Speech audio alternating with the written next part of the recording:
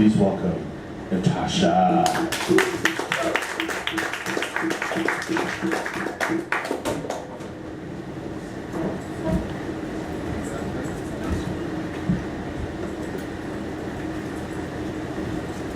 Thanks, Dwayne, for having me here tonight, and also to my friend Matt Price for coming all the way out from Hallsville to play here tonight. I've been listening to his music for about a decade now, so I never thought that there'd be an opportunity to share a stage with him. Is this good? Yeah. Yeah. Everyone can hear back there fine? Yeah. Okay, I'm going to read from my first book, which is called The Cardiologist's Daughter. It just came out this September by a small press called Two Sylvia's Press in Kingston, Washington, by two excellent local poets who are Annette Spalding Convey and Kelly Russell Agaddon. They are Two Sylvia's Press. In this book, it covers a few different themes. One is obviously the cardiologist's daughter. I grew up in an allopathic medical family. My father is a cardiologist, but he was already a practicing physician in India when he came over to this country with $8 in his pocket and just an internship. And that's when he met my mom, the RN, and they got together and formed a little allopathic family, which I didn't think I'd be going into medicine myself, having grown up in that field, but I decided to go for naturopathic medicine instead. So I'm in my third year at Best Year University for naturopathic medicine. So some of the themes are medically based, but they're also culturally based because my father's from India and my mother's from Holland. And I grew up in the South, which is just an entirely different culture. In fact, I grew up in Virginia Beach, Virginia, which people will argue is not the South, but I'll remind you that Richmond, Virginia was the capital of the South, and it is still very much Southern in attitude. And we experienced this a lot growing up as a multicultural family, even in the 80s and the 90s. And so some of the first poems I'll read to you tonight are from that southern part of the collection. I'll try to touch on a little bit of the Indian and the Dutch roots and then end with some medical work. So this first poem I'm going to read is from that southern part. And I guess I should tell you that in Virginia Beach, or rather Norfolk, or Norfolk as we call it, it's not Norfolk, Virginia. Norfolk is a place in England. But Norfolk or Norfolk is has one of the highest rates of, one of the highest or biggest naval bases in the country. And what we experienced growing up around that was what we called squids. We called the Navy men squids. I don't know if you all are familiar with that. And in part because they had many hands and would come after us young women. And the first poem I'm going to read, the title is also the first line, and it came from a Tupelo poetry prompt.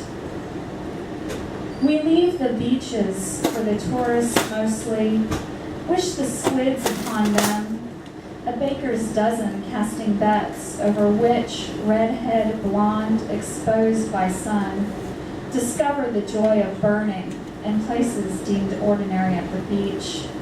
A blister of buns swelling below a sundress marked Go Navy. We leave the beaches for the tourists mostly because the scent of butter flesh we reserve for the International House of Pancakes, a plate of pig teeming with syrup-flavored syrup, the kind that isn't anything but a woman with a red cloth managing a kink of hair. We leave the beaches for the tourists mostly because we promised our mothers not to go where Natalia was almost meal.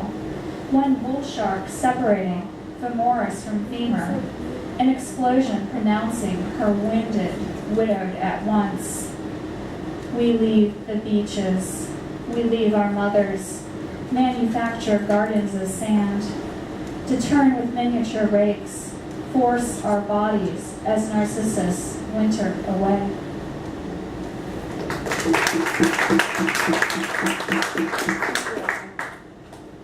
The one thing that I found now, not being in the South for about 15 or 16 years, and I really don't enjoy the South, didn't enjoy the South, but living up here in the Northwest and then going down to Oakland, California for a few years and hanging out with some people from Baton Rouge, I found that my southern accent started creeping back in, and I started defending things like Virginia when I would tell people where I was from, and they'd say things like, "Oh, West Virginia, that's beautiful." And I'd say, "West Virginia is not Virginia."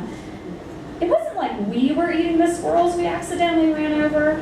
Those were the stories we heard about other states, where banjo was breakfast, where ranges and mountains conjured generations of Confederates dead and moaning. We were all camellia, box turtle and the occasional pelican, sand between webbing, witch's beard for weaves, but mostly box stores, 5-lane highways, 35 minutes from friends of friends who ripped the legs off frogs 2 at a time to preserve jumpability. In school, it was private. Demerits were served, entree or dessert, for even thinking these things. We were raised. Acorns below bicycle, balloon between spokes, the thrill of mimicry, the sound of what sounded like motorcycle, buzzing like bee, like danger. The swamp we explored on field trips, cypress knees lifted a slick skirt revealing nothing but darkness. A bed for water moccasin, cottonmouth, names to dissolve below tongue, as the myth of anything. As though we might resurrect something close to a dragon. Not smoke-filled or bent on bringing us closer to Jesus the Christ, but Jesus, the foreign exchange student, all picante, and lips to rival Julienne, whose wine blesses as much as the idea of France could. To say the swamp was the color of tannin would be too much when we didn't know what tannin was, when wine was something to be had in mason jars, tea iced and artificial. We weren't looking for snakes or anything except for Robert trying to peek up Catherine's skirt, which wasn't much of a skirt, a band all sticky and time-held, a watch that went on ticking with the pulse of what kept the boys calibrated close. We didn't think. We were young. We were the South risen, continuing to rise.